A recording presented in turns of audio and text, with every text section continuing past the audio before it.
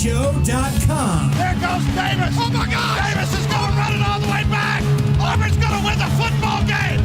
Auburn's going to win the football game. 2 hours of the best sports talk on the planet, or at least out of Edmonton, Kentucky. Batted up. Oh, God. Stokely down the sideline. Can he catch him? Stokely. Wow. Touchdown. Denver. Unbelievable. Coming to you live, your hosts, TJ and Dan. Here comes the... All right, welcome back to the third segment. Here, starting our second of 3 hours this morning of the TD show. Pretty much been all college basketball this morning. That's where we're going to stay right now. A lot of games going on today. A lot of games with some impact into the bubble that we talked about, into the tournament standings, and just a lot of games that should be good. I think TJ's got the rundown of all the games that should be going on today, and maybe his version of what you ought to be watching in the college basketball world. Yeah, we have LSU going to Florida. We both feel like that's a big game for LSU. Not so much for Florida. They have nothing to lose, nothing to win there. LSU has everything to gain. If they can beat Florida, I think it skyrockets them into a tournament team. If they win, they're in. Yeah. But I think if they just play well, play close at Florida, right? It's definitely a pretty good bargaining chip to have on the table there. Then you have Syracuse at Virginia, who is 15-1 in the ACC, going to win the ACC regular season. What about that? What about Virginia? Did you see that coming? No, but I mean they had the easiest schedule of the big three, side of the big four, I guess. Yeah. But North Carolina, Syracuse, Duke all beat up on each other. Is North Carolina going to make the tournament? They ought to miss the tournament. No way. North Carolina is going to get in and win a few games. They're playing really well. They are back to playing well, but you looked at them at Christmas time and you said they're not making the tournament. And that's when Virginia played North Carolina. I know. And they played Duke there. Those first few games where Duke wasn't playing very well at all, they got really lucky with how their schedule panned out this year. I agree. After that, we got Kansas at Oklahoma State, game we talked about. A big game for Oklahoma State. Huge game for Oklahoma State. Kansas coming into town, and I think it's a game Oklahoma State can win now that they have back all their players. And we know they got Marcus Smart back. We know how tough it can be to play in Oklahoma State. Right. Of all the games today, I think that this game will probably be, if you have to watch a game, this game will probably be the best one to watch. I agree. Then we have U of L at Memphis, two ranked teams. I think we both probably think that U of L wins that game, though. I do believe that U of L is going to beat Memphis. I think Memphis is playing very well. I really, really like their coach. Been there for 3 years, young guy. Here's a little funny story about their coach. Not that this has much bearing on the game.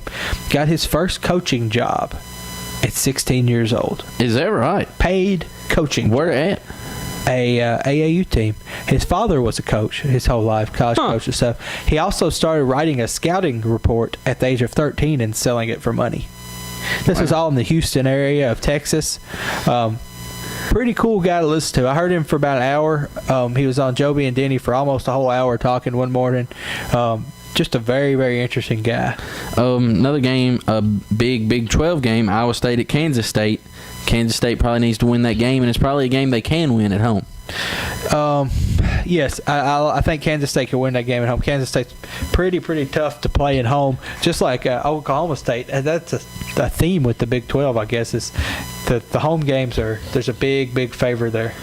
Minnesota at Michigan, which Michigan. I have really kind of got on the Michigan train lately. They've been playing very well. They can beat really good teams, but Minnesota's not a real good team. That's kind of Minnesota's MO too, is they come in and put it to tough teams. Played Indiana at home. I think it could actually be a lot better game than if you just look at the numbers. Right. Would be just the way the both teams are built. And then somewhat big time game of the day, Texas at Oklahoma. Two teams that probably need a win. Both teams do need a win. I mean, both Texas should get in. Texas is in, but they need to win. Yeah. They're in, but they got work to do as far as seeding goes. They could make up some ground and maybe get to stay a little closer to home if they do some work. And maybe if Oklahoma wins a game or two, they get a shot. Yeah. But we got our first caller on the line here. Just a reminder that all callers are brought to you by Hoover Auto Parts. Hoover Auto Parts are the most reliable auto parts in the industry and keep you on the road through the most extreme conditions. I believe we have Bruce on the line. Bruce, are you there? I'm here, guys. I'm here. How's it going this morning, man? That's going all right. Just got the kids to sleep, so I got a little free time. I hear you. Well, Dan hears you. I'll hear you in a few months. Yeah. Just to let everybody know, we are kind of on baby watch today during the show. A little bit. I mean, there could be a baby come right now, and I would have to get up and leave, and Dan would have to finish this show himself. Or he could be like me, and when my wife had our baby, I ate a bowl of cereal, took a shower, watched a little TV she wasn't happy about it. Well, we had a false alarm the other night, and I actually took a shower before we went because I figured we could last home shower for a couple of days. So yeah. I wanted to get it in if I could. Yeah, it's just not the same. Yeah, I guess that's like your own shower. Natalie asleep, or is she working today? No, she's asleep. She woke last night. So I know that y'all went fishing after the show last week. So if you could give us a little tale from the lake of what went on. Well, it started off, I guess, as slow as it could start off. Pretty slow. Water was pretty muddy. Yeah, the water was, probably had about 6 inches of clarity. So I guess we both started off throwing some jigs, football jigs, and I guess we went about one whole round around the lake, didn't get a bite all day. Just so happened about 5 minutes to go before we decided it was about time to get off. Daniel had to go take Roy to a birthday party. About 5 minutes before we left, it just so happened Daniel got hooked on the bottom of the lake, and I ended up catching a good fish and getting it wrapped around his line. I don't know how it didn't come off, but a fish that we have put up on our webpage on the Outdoor World page, if anybody wants to take a look at that. Yeah, we were headed back to the truck, coming back, and I threw everything I had in my tackle box. And I was throwing an umbrella rig, and I got it hooked on a log, and ended up losing about $20 in that deal. But I had it hooked, and I turned the boat around and was backing it up trying to unhook it, and Justin hooks this big bass and gets it wrapped up, and I'm falling out of the boat, and he eventually ends up handing me his pole and kind of leans over the side and wrangles it in. I don't know how it stayed on. It managed to come in contact with the boat a few times, get wrapped around a fishing line, handle a pole changeover, and it still stayed on. We got it in the boat. So y'all have plans for more fishing this weekend? Well, I don't know about this weekend. We'll see. Maybe tomorrow. Yeah, if it's not snowing. We might get some snow tomorrow. It might be cold. That would hinder some fishing. Yeah, today might be a good day. Yeah, it looks nice outside right now. Well, we're ahead of a front. There's a front supposed to move in tonight. It's kind of overcast. The water's probably cleared up some from last week, so if you want to go fishing, it might be a good day. We also uploaded a picture of a buck you killed this past year, I believe it was. If you could, give us the story behind that. Well, honestly, I've never really liked deer hunting. I guess I can't say I've never liked that. I've never been. I never liked the idea of going out and, being cold and sitting still. But I thought I'd give it a try this year. And, I was hunting on a property that's, not really been hunted too much in the last 30 years. So I like my chances, I've seen a lot of deer, and it was my first time out, I let a couple go by, honestly. A couple little 6-8 pointers, thinking, this could be, I'd like to shoot it, but there could always be a bigger one. And just so happened the first morning, I was just hunting afternoons, and the first morning I was sitting out in my stand, hunting over a hayfield. I just, I see a doe in the corn pile. I look up to her left, and I look over, and there's that buck. And of course, it was probably about 100 yards away. How many points was it? It ended up being 10 points, but it was pretty good spread on them. I think it was 20 inches inside. A real good sized deer. Yep, especially for my first one, I thought. Yeah, it was a nice I learned how to buck. fish. Probably 135-inch gross score, if I had to guess. I can't remember the exact conversation, but I believe we were texting each other that day. Yeah. And what was it that you told me that you were hunting with? Do you recall? Was it a? I don't know. Was it a? It was a bizarre conversation because I thought you were being serious, but you really weren't. Maybe like a 9mm or a 22 or something. I believe it was a 9mm you said you were hunting with, and I was like, I don't know how much luck you're gonna have with the 9mm deer hunting. But yeah, I believe that might have been right. Yeah, it was ended up being. I borrowed Timmy Coffey's his 30-06 is the first gun he had ever bought. He bought it when he was a teenager. So, I've actually shot that gun, Bruce. Can you believe that? You have? I have. I've shot that gun. Sighted it in one time. Well, it's a good shooting gun. And It is a nice gun. I appreciate it. Me and- Appreciate him letting me use it. Me and Dan were just actually talking about him yesterday. I believe you might know. I believe he used to go to Michigan and bear hunt. Have you ever talked to him about that? No, I've never heard that. No, I have heard he's gone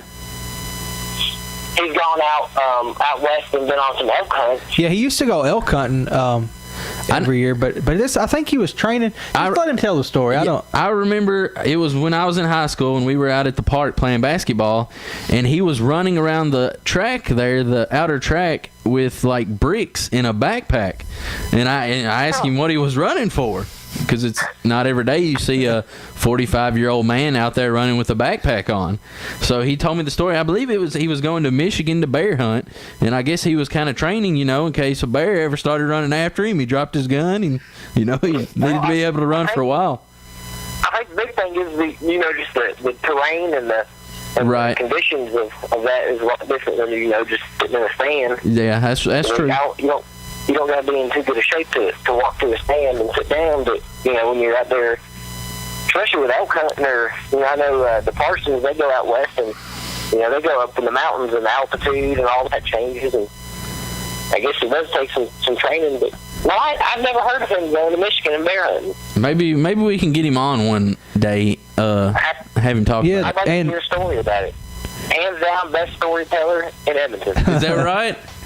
Speaking of Timmy Coffey, when are we going smallmouth fishing, Justin? Well, actually, I We talked need to him that this morning. I saw him when he was dropping the mail off. I talked to him. We need to get that set up. I think we're talking about next Sunday after church. Is that an invite? That's an invite. I'll be there. I think we gotta figure out a day to dip some fantails. All right. Just let me know. I got a bucket. Where's this going down at? Well, I don't know where we're going. Where are we going? I think we'll go to Green River Lake. Going over to Green River Lake. Sounds good. We'll talk about it on the show here in 2 weeks. We can't take Daniel's boat out there. No. Might not be too safe. There's talks of a new brag boat. Yeah, I've been looking at a boat. Have I showed you this boat I've been looking at, Justin? No, you haven't. I'll send you Tell me about it. Yeah, I'll send you the pictures after the show today. Was it that? I can't remember. Was it? It's just a big- Online? Yeah, I saw it on Craigslist. I've been texting the guy. For some reason, I thought you said Camelsville. No, it's in Smiths Grove. Well, they're right next to each Okay, other. Campbellsville Smith. Yeah, I was way off. Yeah, other direction. But yeah, Yep. we'll see. I'm trying to Jew him down a little bit. I don't know if I can say that on the radio. No, probably not. Trying to talk him down a little bit. But Guys, I got a question for y'all. okay. Let the experts answer this. Obviously, Wichita State's going to be a number 1 seed. Right. Okay, if they win today, Right. are they going to be the overall number 1? No way. I don't think so. Okay, well, obviously, everybody knows. I think everybody deep down knows they're not the best team, but you can't deny what they did last year. Well, That's true. I mean, that's true. What they did last year was impressive. Here's the thing. And I think if Syracuse has a bad showing the rest of the year, and Florida has a bad showing yeah. the rest of the year, Wichita State could be the overall they could be the seed. overall number 1. I agree. I see what you're saying. But if one of them wins the SEC or ACC tournament, I believe they're probably the number 1 seed.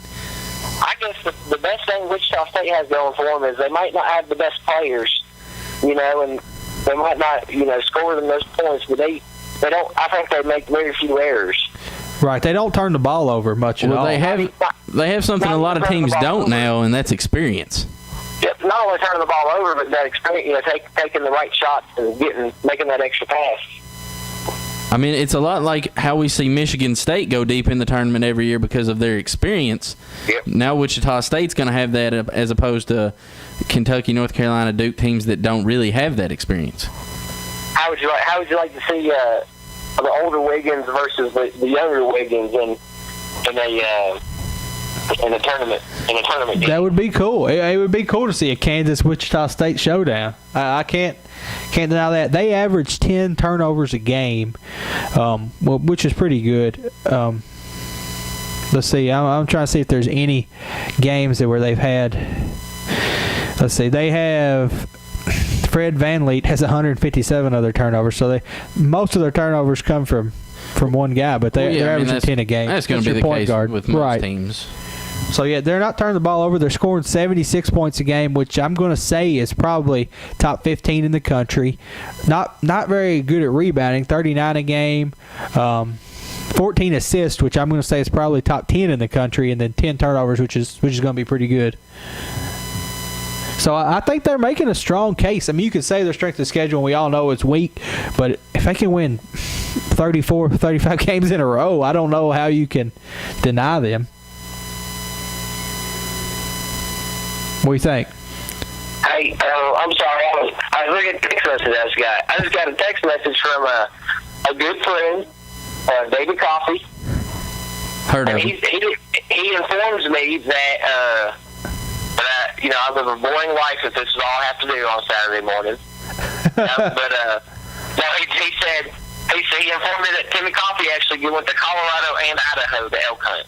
Colorado and Idaho did not go to Michigan. Didn't go bear hunting in Michigan? Maybe he was just being prepared in case he ran up on a bear. Unless David knows nothing about it, then I don't think so. We're going to have him on because I believe he's went bear hunting somewhere. I don't remember if that's what I was saying last night is I don't remember him going bear hunting, but I do remember him going to Idaho. I remember that vividly. We're going to have him on and ask him about this. He may have been training for it in hopes of maybe one day going. Well, that's a good point. He could have been. Still be training. He could have put in for some sort of lottery and, been training in case he got it. It's better. It's best. I guess what is that? A Boy Scouts motto: always prepared. Always be prepared. Yeah. Bruce, have you ever put in for the Kentucky State elk draw? No, I did not. I did, however, put in for the Sandhill Crane with David Coffey. Yeah, you got that. You drew that, didn't you? I've never done the elk. No, I've never applied for it. But you did draw a Sandhill Crane tag, didn't you? You killed a Sandhill Crane, correct? No, I did not. I shot at a bunch. Hey, I know there's a good gun you had. That gun can kill some animals. Well, that gun, I've heard it's killed about 100 turkeys. So that might be an exaggeration, but without exaggerating, at least 50 or 60. Probably. Whose gun was it? It was mine. Probably about 30 in 1 year. Yeah, there's been a few years when I went a little overboard on the turkey. But here's my thoughts on turkeys. People don't understand how many we actually have now. And people don't understand how good they taste. And if I'm going to eat it, I'm going to shoot it. What about if you like the way humans taste? I've never tasted human. But what about if you did and you liked it? I try not to get caught, just like I do with turkeys. There's a bunch of humans, that's for sure. Yeah, I mean, it's a little overpopulated in certain areas. I agree. You can just go pick some off. Yeah. Put them in the freezer. All right, Bruce. We appreciate you coming on. We got a couple more callers to get to, but we appreciate you joining us. Appreciate y'all having me. Y'all have a good day. All right, we'll holler at you when it's over. Thanks, Bruce. That's Justin Bruce with the little outdoor talk. Just a reminder that outdoor talk is fueled by Corey's Coon and Coyote Calls. If you're looking to score a trophy coon or coyote, then Corey's Coon and Coyote Calls has a call just for you. I never go coon or coyote hunting without my Corey's Coon or Coyote call.